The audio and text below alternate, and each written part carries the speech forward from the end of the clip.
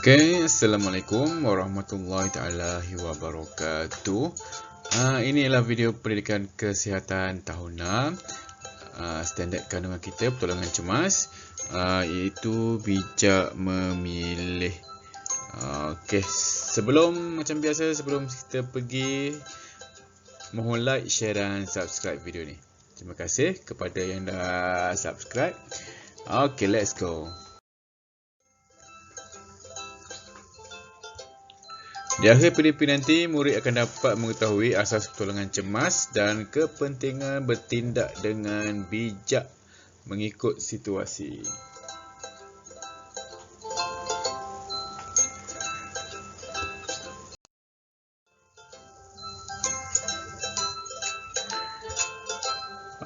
Persatuan Ibu Bapa Guru Sekolah Arasi telah mengajukan program Hari Kurikulum. Arasi dan rakan-rakannya telah menyertai pertandingan melengkapkan peti pertolongan cemas.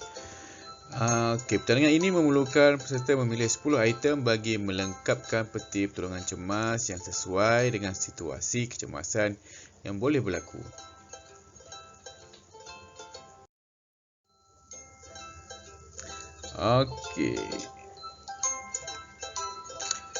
Setiap rumah dan premis seperti sekolah, kilang, hotel dan kawasan rekreasi perlu mempunyai peti pertolongan cemas. Peti ini juga wajib disediakan di dalam kenderaan, terutamanya pengangkutan awam seperti bas, teksi dan kapal terbang. Peralatan asas yang harus ada dalam peti pertolongan cemas adalah seperti yang berikut. Ini nama item dia ni. Yang pertama, kain pembalut pelbagai saiz ataupun kain andor. Kalau kamu biasa dengan perkemahan, kamu akan biasa dengarlah dengan kain pembalut ni. Kegunaan dia untuk membalut luka, mengelak bahagian luka daripada menjadi bengkak dan membalut sendi terseliuh. Kain kasar pelbagai saiz untuk menutup luka, merawat luka jika kain kasar disetril.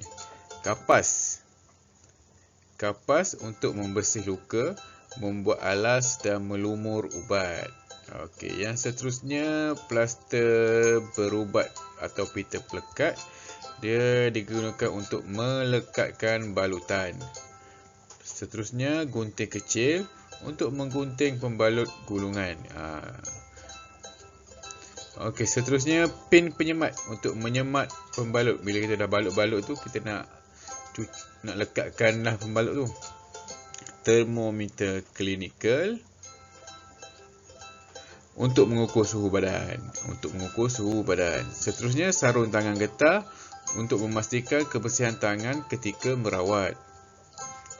Yang ke-9, krim antiseptik untuk membersih luka, calam, melecur dan kesan bisa akibat gigitan haiwan, membunuh kuman di bahagian luka. Itu krim antiseptik.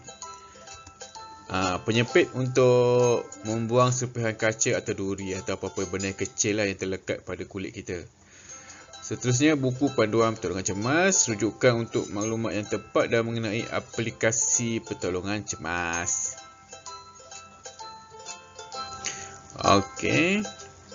Ini adalah contoh peti pertolongan cemas.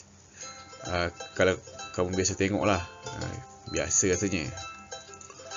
Ini barang-barang dalam peti ni. Ini ada penyepit, ini ada kapas, ini ada antiseptik, krim antiseptik, ini ada cotton bud.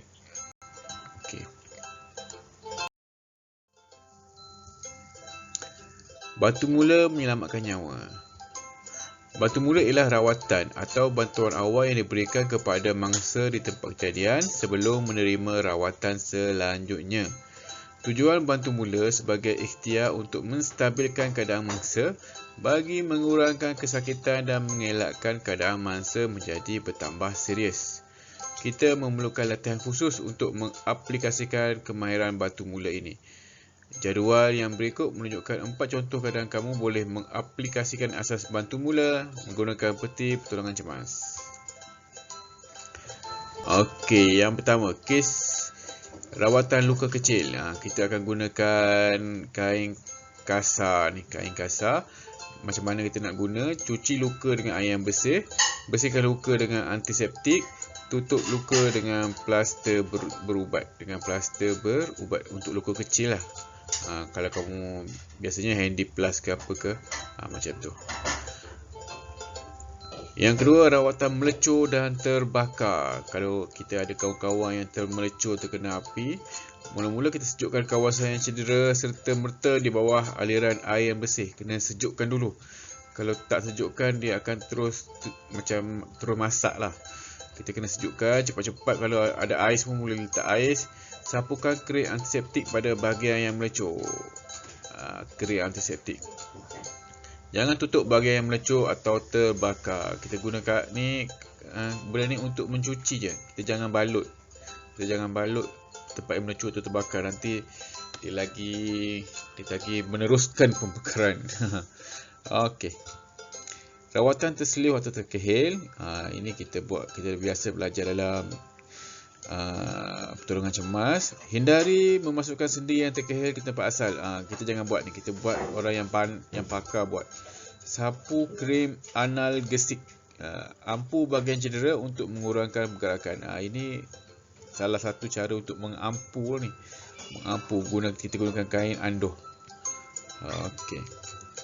Rawatan kecederaan otot, kita gunakan kain pembalut ni. Letakkan pad ais segera yang dialas dengan kain atau tualan nipis pada bahagian yang cedera.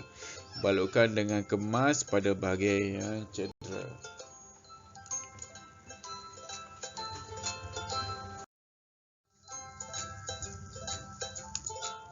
Aksi si penyelamat. Sekolah Arasi telah menjemput pegawai kesihatan untuk memberi taklimat dan mengadakan demonstrasi pertolongan cemas.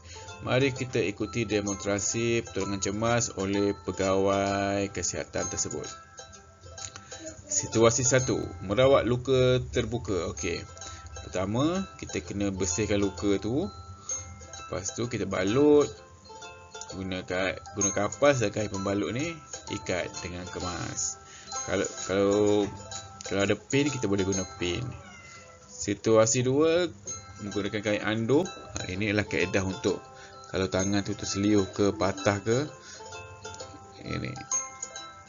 Nanti kita akan belajar lagi dalam kelas.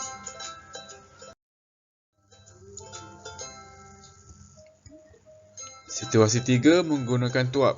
Tuap ni macam alas lah. Kalau jari kita terpatah ke terseliuh, kita gunakan kayu ataupun kat sini nampak macam digunakan batak aiskrim ke untuk mengelakkan jari tu bergerak.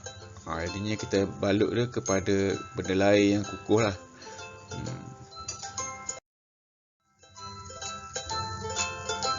Okey, tiada rotan akan pun berguna. Apa maksud dia ni? Okey. Maksud dia, kita walaupun kalau tak ada petik kecemasan, kita boleh gunakan benda-benda lain untuk membuat rawatan bantu mula. Contohnya pakaian, tali. Rawatan terselih atau terkehil, memberikan sokongan sementara kepada bahagian yang tercedera sebagai pengganti kain anduh. Kita boleh guna benda lain. Boleh guna baju ataupun tali. Okey. Ni kat sini ni kita gunakan payung sebagai penyokong kalau lutut kita cedera. Seterusnya kita boleh menggunakan kain-kain yang adalah kain tudung ke apa untuk membantu menghalang jangkitan daripada luka.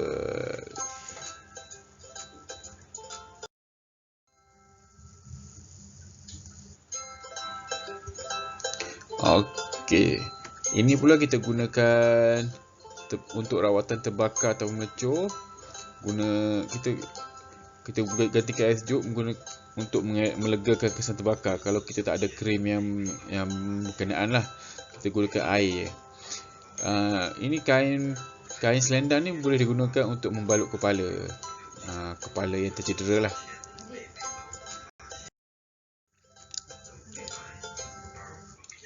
Okey, tugasan dia pertama, ini tugasan pertama kamu untuk kelas hari ini. Sediakan satu peti pertolongan cemas alternatif yang menggunakan bahan-bahan kita semula. Tak semestinya macam ni. Kau buat guna kotak kasut ke apa ke, terpulanglah. Nanti ambil gambar send ke saya. Yang kedua, sila jawab latihan yang ada disediakan di link WhatsApp. Okey, nanti saya bagi link untuk latihan di live worksheet. Dan juga saya sediakan ada di bawah di description ni. Okey, sampai situ saja kelas kita hari ini. Jaga diri, jaga kesihatan, jaga keselamatan. Bye-bye.